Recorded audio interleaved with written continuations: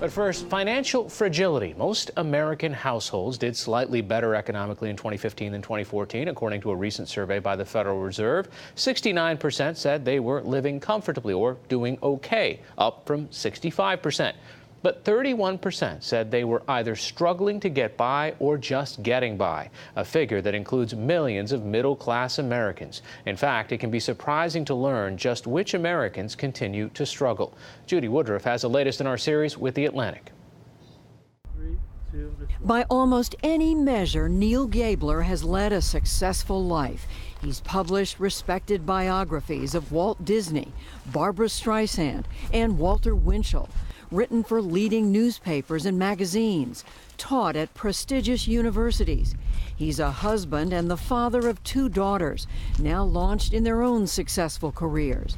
He lives in New York's Long Island enclave, the Hamptons, a place of natural beauty and mecca for wealth and celebrity. And yet, for years, Neil Gabler harbored a dark secret. It's very difficult. I'll tell you who it's really been difficult on is my wife. Being the writer that he is, Gabler decided to come to terms with his secret by writing about it. I never write about myself, so I didn't embark on this project saying, oh gosh, I can't wait to write about my own failures, which is basically what the article is about. But really the spring of this piece was reading a news item about the Federal Reserve Household Economic Survey, in which they asked the question, if you had a $400 emergency, could you meet that emergency? And 47% of the respondents said that they couldn't meet that emergency without either having to borrow money or to sell something. And I read that item and I said to myself, well, who knew? But of course I knew, because many, many times in my life, and not just in the distant past, but in the unfortunate present, I couldn't afford those $400. And that's the hard truth. Despite all his outward signs of success, Neil Gabler is frequently broke. His recent story in The Atlantic magazine brought widespread attention to that fact. Did you hesitate at all about bearing your personal life? Very much so. I'm not the kind of person who really likes to expose himself. But then that reluctance became part of the article itself, because I coined the term in the article, financial impotence.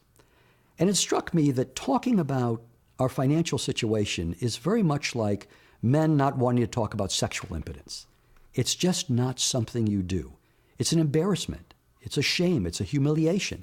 And financial problems are exactly the same thing.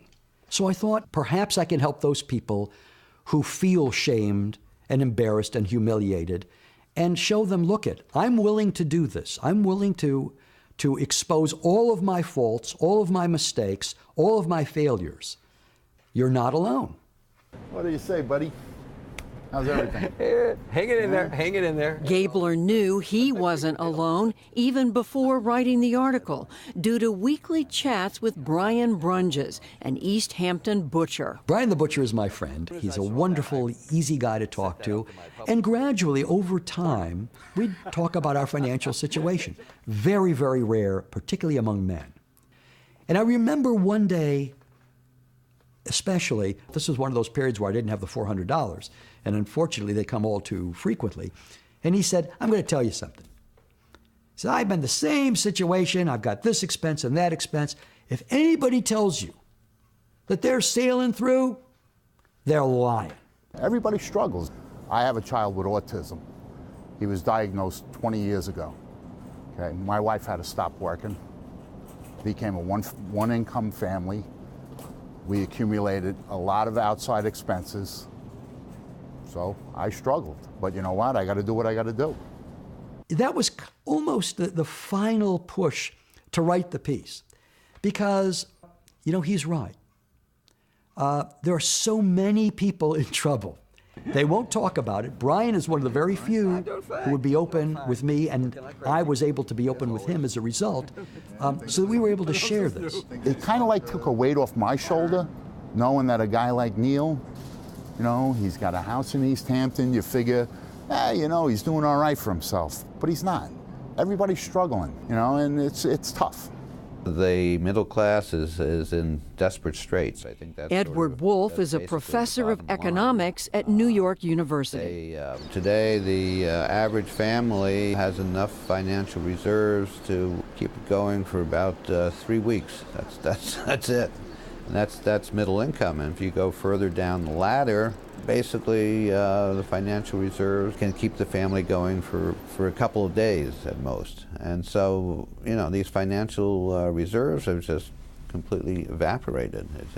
It's incredible. We came up with this word, financial fragility, when we thought of looking at the capacity of families to bear a shock, to face a shock.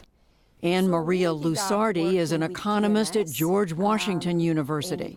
And the way we formulated the question is, how confident are you that you could come up with $2,000 if an unexpected need arose within the next month?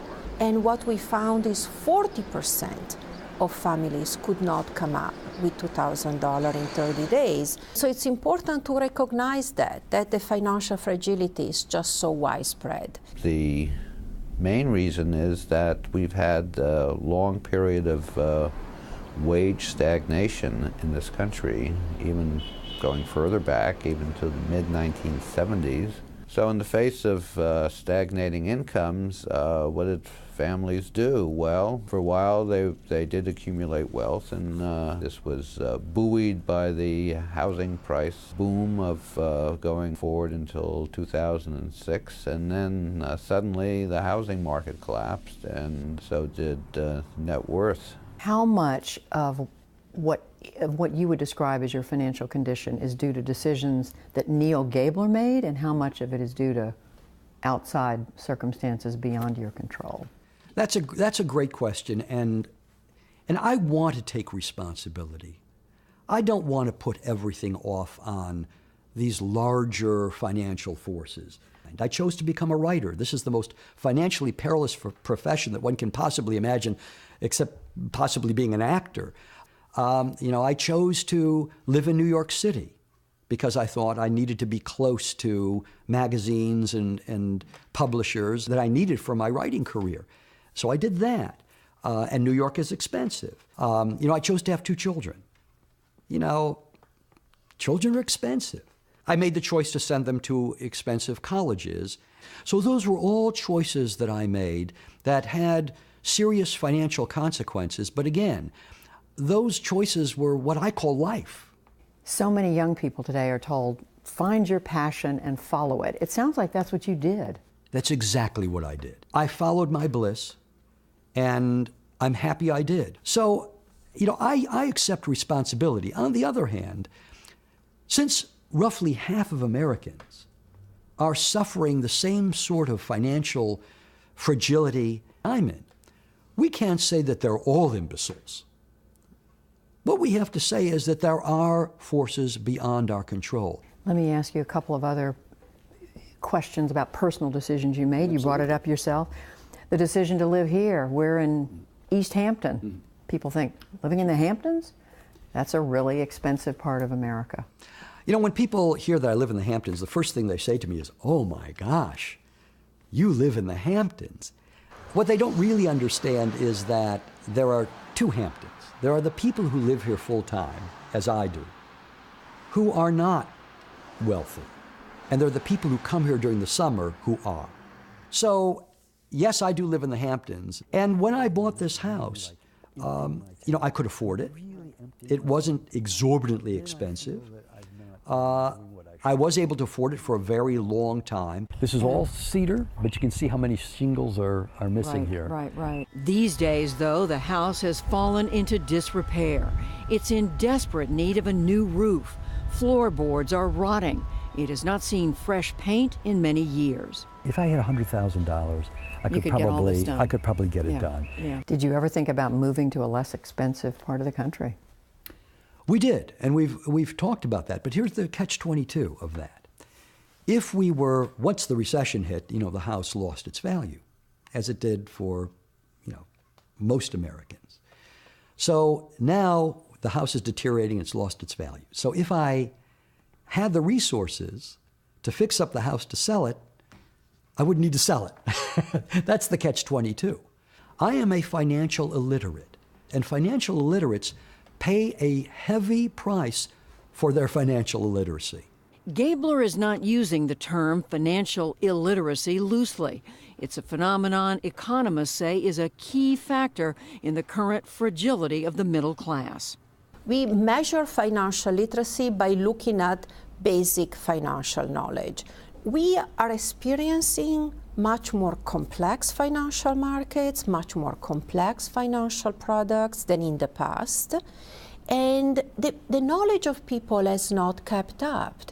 Half of America will have to compromise on their dreams. There's one statistic that I cite in the piece from a USA Today survey, which I think is fascinating. And that survey determined that a middle-class existence in America would cost $130,000. A year. A year. The median income in America is somewhere around $50,000.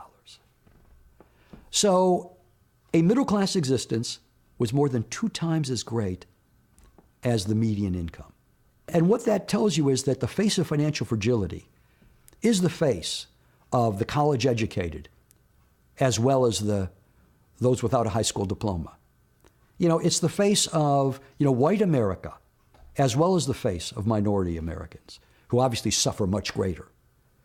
This is an equal opportunity situation. It affects so many of us. It's a great sadness to think that people feel compelled to give up their dreams of what they thought a modest middle-class life would be. But they have. They have. Even I have.